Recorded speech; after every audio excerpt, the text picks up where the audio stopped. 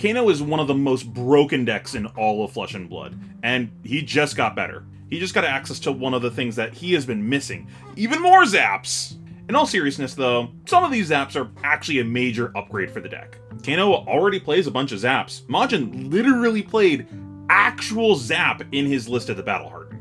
The most impactful card that Kano is getting would have to be Overflow the Aether Well. It's a zap that if it deals more than its base, you get 2 resources. This is a really big deal for Kano. When you're comboing off with Aether Wildfire, Overflow is like hitting an E-Pot off the top that also nugs your opponent for like 5 to 10 damage, maybe even more, because this is going to come in buffed by the Aether Wildfire. It's going to then give you the resources to play some more stuff, which is also buffed by the Aether Wildfire, and then this is going to be more total damage that your Blazing Aether is going to see at the end of the turn. Or give you the resources to play one of the cards in your banish that you got off of Kano that you didn't have enough to pay for. It can also let you do some mid-combo Lessons in Lava plays that you didn't really have access to before, like Lessons into Lessons when you just didn't have the money to do it prior to that. Due to the multiplicative nature of Blazing and Wildfire, getting another whole spell in under the combo is a big deal. Hitting this off of Kano will often increase your damage by enough to which you will now kill your opponent where you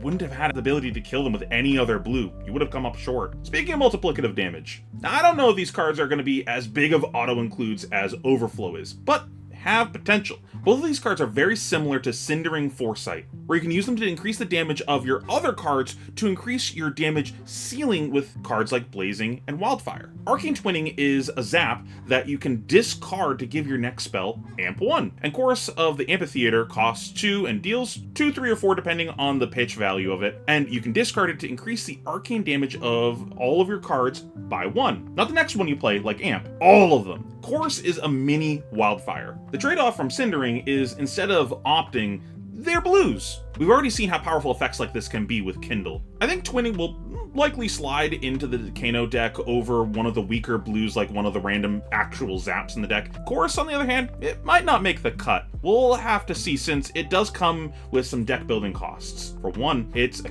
card that you really don't want to Kano into being a 2 cost. And it being a block 2, you're missing out on the opt that you'd get from Cindering. You know, there's a bit of risk reward including this in your deck. But you do get more damage out of this than a Cindering. And if you have a bunch of extra cards, like you played some tomes, this might be good. I think the question is going to be, is discarding this better than just activating Kano again with a blue? I'll let the Kanos figure that out. And lastly is something that might not be good enough, but I think it's worth talking about. Etchings of Arcane. It's a zap with Surge, where if you deal more than its base, you can return an aura with Sigil in its name to your hand from the graveyard. Functionally, this is used like Overflow to generate extra resources, but it'll make 3 instead of 2 because you're picking up a blue Sigil and putting it back into your hand. So the question is, how do you get a Sigil into your graveyard? There's a couple generic blue block 2 ones that you could just block with and get it into your yard, or you could play one of the new wizard ones like Temporal Manipulation. This is likely too inconsistent, but maybe it's worth it in the pitch stack matchups where you have all the time in the world to set up and find your 1 Sigil in the deck and get it into your graveyard. Keep an eye out for this one. Honestly though, I'm a little worried.